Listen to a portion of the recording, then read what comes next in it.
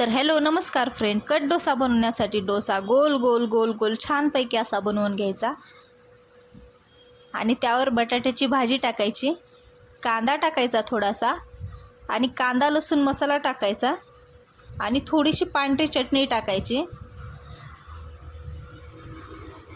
आणि थोडंसं तेल टाकायचं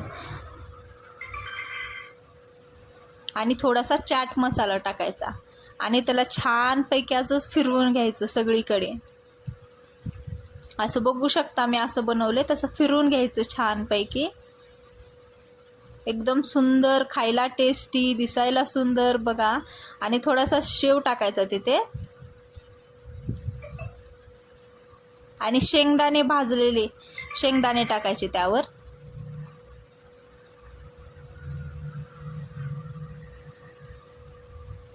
आता डोसा व्यवस्थित करून घ्यायचा आणि कट करून घ्यायचा. डोसा कट केल्यानंतर बघू शकता किती छान सुंदर अशी फिनिशिंग आली आहे. खाण्यासाठी पण टेस्टी लागतो खूप, एक नंबर, खरंच सुपर. एकदा करून बघा, ट्राय करून बघा. Okay bye friend. तुम्हाला जर माझे व्हिडिओ आवडत असतील तर लाईक, शेअर, कमेंट जरूर करा आणि मला कमेंटमध्ये सांगा व्हिडिओ कसा आला ते. Okay bye bye friend.